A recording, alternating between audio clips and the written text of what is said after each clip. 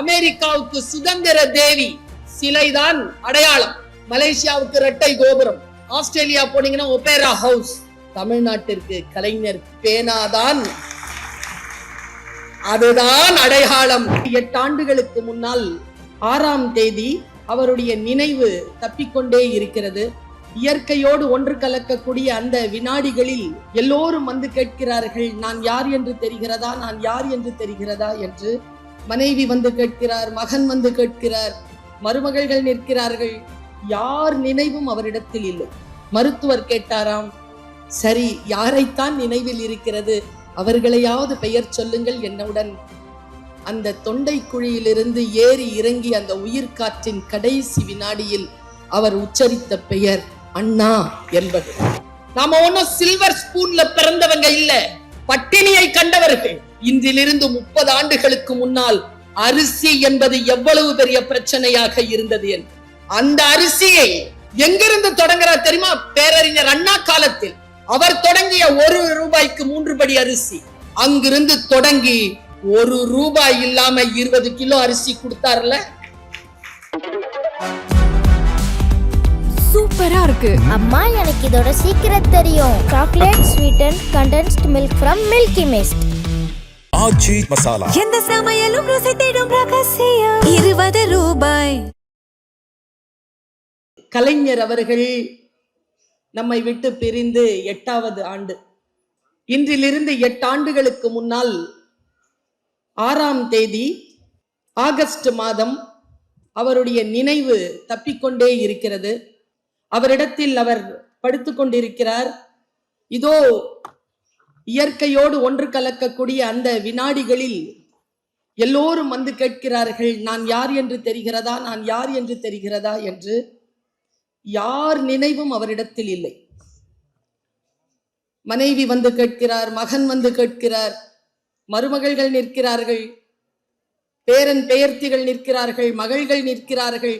எல்லோரும் வந்து நிற்கின்ற பொழுதும், தொண்டர்கள் வந்து நிற்கின்ற பொழுதும், இவர்களெல்லாம் யார் என்று தெரிகிறதா, யார் என்று தெரிகிறதா என்று கேட்கின்ற பொழுதெல்லாம் அவர் அமைதியாக இருந்து மருத்துவர் கேட்டாராம், சரி யாரைத்தான் நினைவில் இருக்கிறது, அவர்களையாவது பெயர் சொல்லுங்கள் என்னவுடன். அந்த தொண்டை குழியிலிருந்து ஏறி இறங்கி அந்த உயிர்காற்றின் கடைசி வினாடியில் அவர் உச்சரித்த பெயர் அண்ணா என்பது. அண்ணாவை கடைசி வினாடி வரைக்கும் நினைத்து கொண்டிருந்த ஒரு தலைவர்.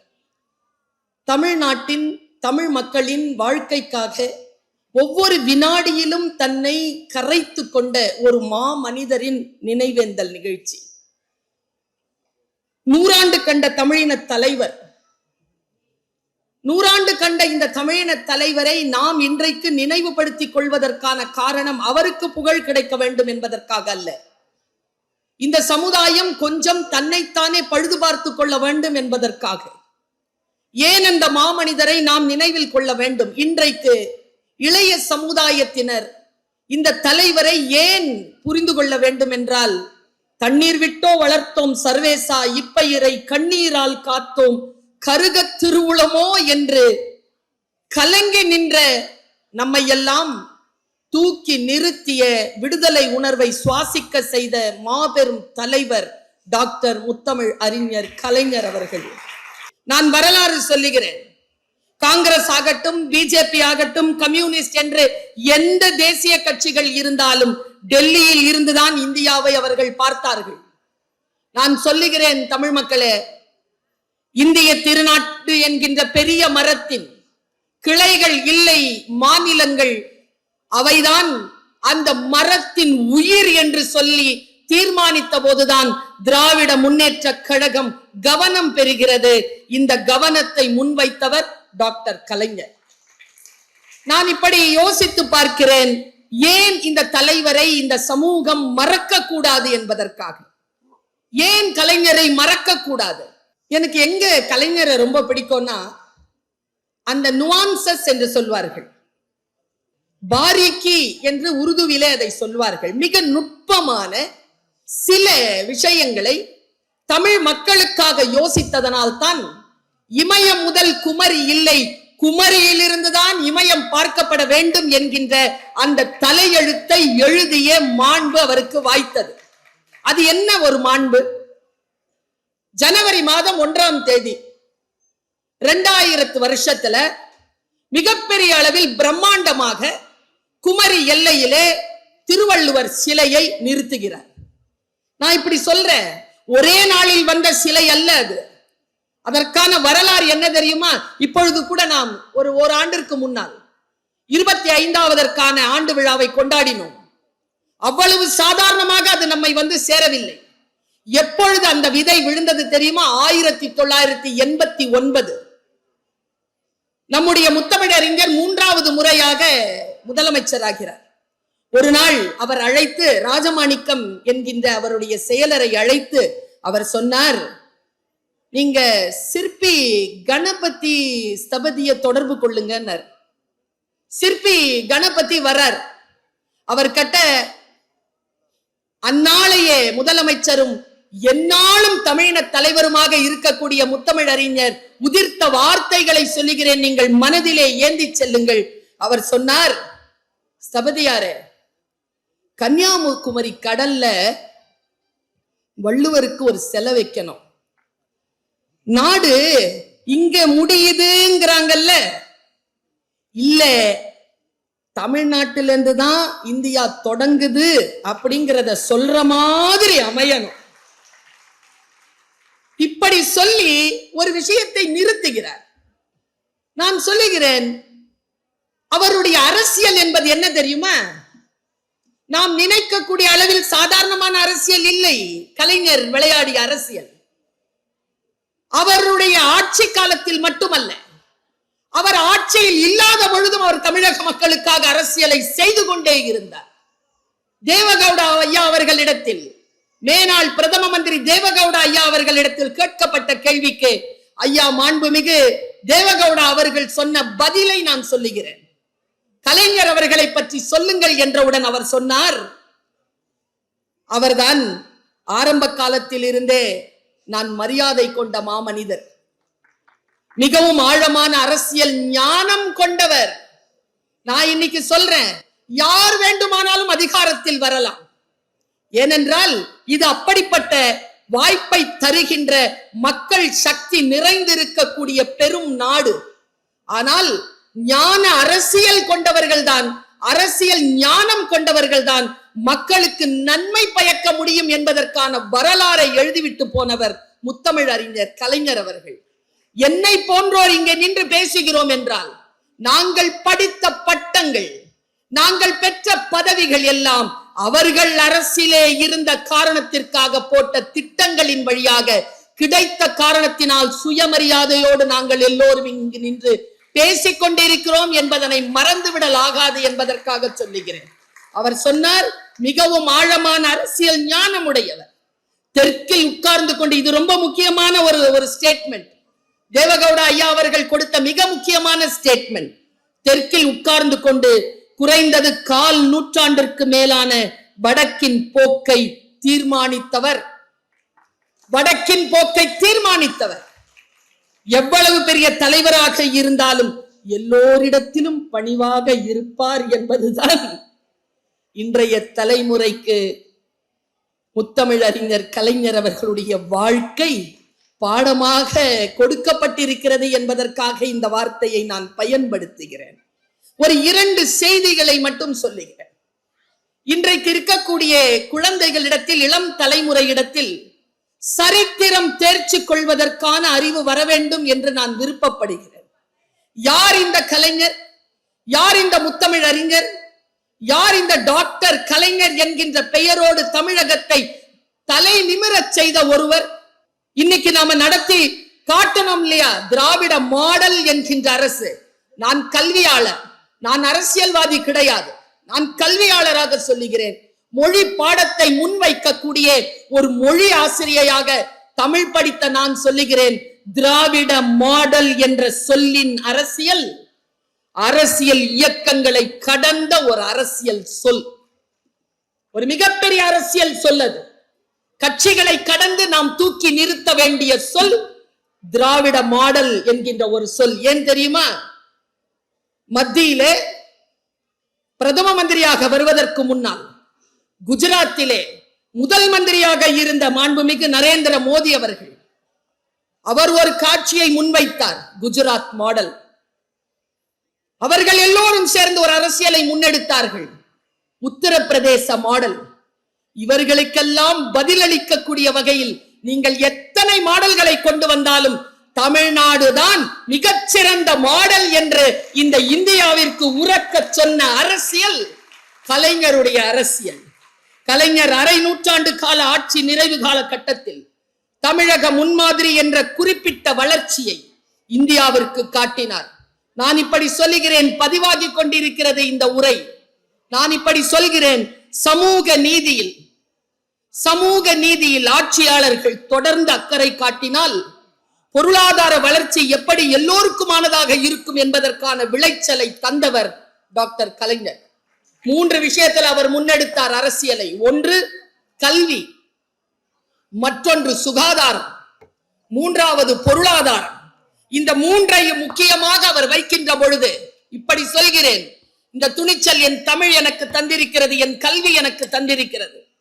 ஜாதிய சமூகமான இந்தியாவில், இந்த பரந்த இந்திய நிலப்பரப்பில் தமிழ்நாடு எப்படி ஒரு முன்னோடி மாநிலமாக இருக்கிறது என்பதனை மனித வள குறியீடுகள் காட்டிக்கொண்டிருக்கின்றன என்பதற்காக சொல்லுகிறேன்.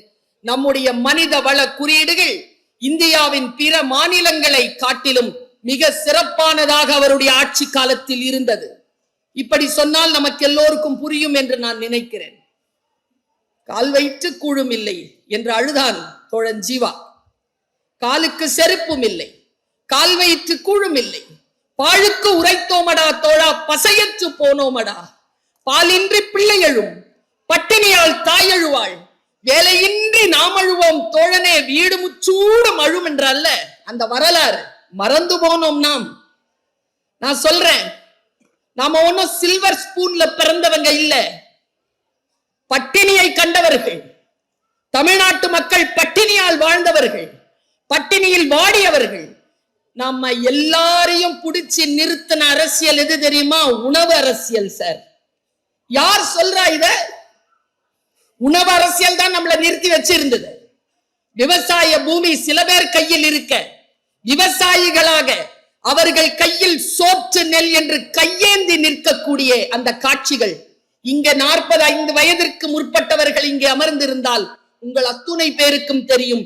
இன்றிலிருந்து 30 ஆண்டுகளுக்கு முன்னால் அரிசி என்பது எவ்வளவு பெரிய பிரச்சனையாக இருந்தது என்று. அந்த அரிசியை எங்கிருந்து தொடங்குறார் தெரியுமா? பேரறிஞர் அண்ணா காலத்தில் அவர் தொடங்கிய 1 ரூபாய்க்கு 3 படி அரிசி. அங்கிருந்து தொடங்கி 1 ரூபாய் இல்லாம 20 கிலோ அரிசி கொடுத்தார்ல. நான் வரலாறு பேசுகிறேன். அந்த 20 கிலோ அரிசி நமக்கு கிடைச்சதில்ல. அதுல என்ன ஆட்சி தெரியுமா? சோத்துக்காக தான் இங்க வேலைக்கு போறேன், சோத்துக்காக தான், வயிற்று பாட்டுக்கு தான் இந்த பிழைப்பு பண்றேன், இந்த 1 வாய் சோறுக்காக தான் இந்த இழிவேலை செய்கிறேன் என்கின்ற சொல்லை இனிமேலும் யாரும் சொல்லிவிட முடியாதபடிக்கு 20 கிலோ அரிசி இலவசமாக உன் வீட்டிற்கு வரும். நீ என்ன வேலை செய்கிறாயோ சுயமரியாதையான வேலையை நீ தொடங்கு, படிப்பின் வேலையை தொடங்கு என்று நமக்கு என்று அழித்து விட்டு போன அந்த அரசியல்வாதி தான் டாக்டர் கலைஞர். அவர் விடுதலை செய்தது வெறும் உணவு கலாச்சாரத்தில் இருந்து நம்மை மீட்டெடுத்தது அல்ல. உணவுக்காக ஏங்கி இருந்தோமே. நான் இப்படி சொல்றேன், மறந்து போயிருக்காதுன்னு நினைக்கிறேன். இன்னைக்கு இருக்கக்கூடிய மக்கள்ல பெரிய நோய் என்ன தெரியுமா? மறதி. மறந்து போயிடுறோம். நாம நெல்லா அறுத்து கொடுத்தா சோறாக்க நேரமாகும்னு சோறா வடிச்சு கொடுத்த நாடு சோழ நாடு. சரியா? அங்க கஞ்சி தொட்டி வச்சோமா இல்லையா? அங்க கஞ்சி தொட்டி வச்சோமா இல்லையா? விவசாயிகள் இறந்து போகின்ற அளவுக்கு இருக்கக்கூடிய சூழ்நிலையில் விவசாயிகளுக்கு மறு வாழ்வாதாரம் கொடுத்து தூக்கிய நிறுத்திய அரசு திராவிட முன்னேற்ற கழகம் சார்ந்த அரசு என்பதனை நாம் மறந்துவிடக் கூடாது. இன்றைக்கும் அந்த மக்கள் மறுபடியும் பின்னோக்கி சென்று கொண்டிருக்கிறார்கள். மறுபடியும் அவர்களுக்கான வாழ்வாதாரம் மறுக்கப்பட்டு கொண்டிருக்கிறது என்றால் நாம் டாக்டர் கலைஞர் அவர்களுடைய இந்த அரசியலை பேசியாக வேண்டும். கவனத்தோடு நீங்கள் இருப்பதற்காக நான் ஒரு வார்த்தை சொல்றேன். 60 லட்சம் ரூபாய் கொண்டு யார் டாக்டர் கலைஞர்? யார் முத்துவேல்? கருணாநிதி ஸ்டாலின். யார் இவர்கள்? இன்றைக்கு முத்துவேல், கருணாநிதி, ஸ்டாலின், உதயநிதி யார் இவர்கள்? இவர்களுடைய அரசியல் வரலாறு என்ன, அரசியல் பரம்பரை என்ன என்பதனை புரிந்து கொள்ள வேண்டும் என்பதற்காக நான் சொல்லுகிறேன். 60 லட்சம் ரூபாய் வாங்கிக்கிட்டு ஒரு மாணவி பயோ கெமிஸ்ட்ரியில ஒரு ப்ராஜெக்ட் ஒண்ணு பண்றா. அந்த ப்ராஜெக்ட்ல சீனா நாட்டுல இருந்து வந்திருக்கு ப்ராஜெக்ட். ப்ராஜெக்டினுடைய வேலை என்னன்னா, அவங்க கிட்ட நோட்ஸ் கொடுத்துட்டாங்க. 6 மாசம் அவ ஆராய்ச்சி செஞ்சு பாயிண்ட்ஸ் போட்டு அவ ஒரு ரவுண்ட கொண்டு வரணும். பிங்க் ரவுண்ட் ஒண்ணு வரும். அந்த பிங்க் ரவுண்ட கொண்டு வந்துட்டாள்னா அவ ஜெயிச்சிட்டான்னு அர்த்தம். 60 லட்சம் ரூபாய் கடந்து அவளுக்கு பல்வேறு விதமான லெபார்டரி வச்சு கொடுப்பாங்க. அவ 6 மாசமா ட்ரை பண்றா. பாதி வருது, முழுமையா ரவுண்ட் வரல, ரிங் வரல. 6 மாசத்துக்கு அப்புறமா 3 மாதம் அதிகப்படியாக கேட்கிறா, வரல. 2 நாட்களில் ப்ராஜெக்ட் கைய விட்டு போக போகுது. அந்த பொண்ணினுடைய அக்கா, கவனமா கேளுங்க, அந்த பொண்ணினுடைய அக்கா வீட்டுக்கு வரா. அவ பிசிக்ஸ் படிக்கிறா. அவ சொல்றா, என்னப்பா இந்த மாதிரி அழுதுட்டு உட்கார்ந்துருக்க, எனக்கு ரிசல்ட் வரமாட்டேங்குதுக்கா, லெபார்டரி போய் பார்க்கலாமா? பார்க்கலாம் வா. போய் லெபார்டரிய பார்த்தா எல்லாம் கரெக்டா தான் இருக்கு. சரி பிக்ஸ் பண்ணு. பிக்ஸ் பண்ண 24 மணி நேரம் ஆகும். பிக்ஸ் பண்ணு. இன்னும் எத்தனை நாள் இருக்கு? 3 நாள் இருக்குக்கா. இன்னைக்கு பிக்ஸ் பண்ணு. அடுத்த நாள் வந்து பாக்குற ரிங் பாதியில வந்து நிக்குது. அவ உடனே சார்ட் ஷீட்டை எடுத்து பாக்குறா. பிசிக்ஸ் படிச்சவதான் அவ, ஒன்னும் பயோகெமிஸ்ட்ரி படிச்சவ இல்ல, அந்த சப்ஜெக்ட் காரி கிடையாது. எடுத்து பாக்குறா. பார்க்கும்போது ரூம் டெம்பரேச்சர்னு இருக்கு. எப்பா இந்த லிஸ்ட் எங்க இருந்துப்பா வந்துச்சு? சீனால இருந்து வந்துச்சு. சீனால இந்த டேட்ல ரூம் டெம்பரேச்சர் என்னன்னு பாரு, 32 டிகிரி. நமக்கு ரூம் டெம்பரேச்சர் 27 டிகிரி. நீ 27 டிகிரியில வச்சா எப்படி வரும்? 32 டிகிரியில வச்சு பாரு, வரும். நான் 32 டிகிரியில பாச்சு ரிங் வந்துருச்சுங்க. இதை சொல்லி கொடுக்கறதுக்கு ஒரு தலைமை வேணாமா? இதை சொல்லிக் கொடுப்பதற்கு ஒரு வழிகாட்டி வேண்டாமா? அந்த வழிகாட்டுதலுக்கான அரசியல் தான் டாக்டர் கலைஞர் முன்னெடுத்த அரசியல். நமக்கான வாழ்வியல் ஆதாரத்தை, நமக்கான சுதந்திரத்தை, நமக்கான முன்னுரிமையை, நமக்கான வெளிச்ச கதவுகளை திறந்து வைத்தார். இப்படி நான் சொல்லி நிறைவு செய்கிறேன். அமெரிக்காவுக்கு சுதந்திர தேவி சிலைதான் அடையாளம். மலேசியாவுக்கு இரட்டை கோபுரம். நீங்க ஆஸ்திரேலியா போனீங்கன்னா ஒபேரா ஹவுஸ். தமிழ்நாட்டிற்கு கலைஞர் பேனாதான், அதுதான் அடையாளம். இனி வரும் காலத்திலும் அதுதான் அடையாளமாக உயர்ந்து நிற்கும் என்பதுதான் அவருக்கான அஞ்சலியாக வைத்து வாய்ப்பளித்தமைக்கு நன்றி பாராட்டி விடைபெறுகிறேன். நன்றி, வணக்கம்.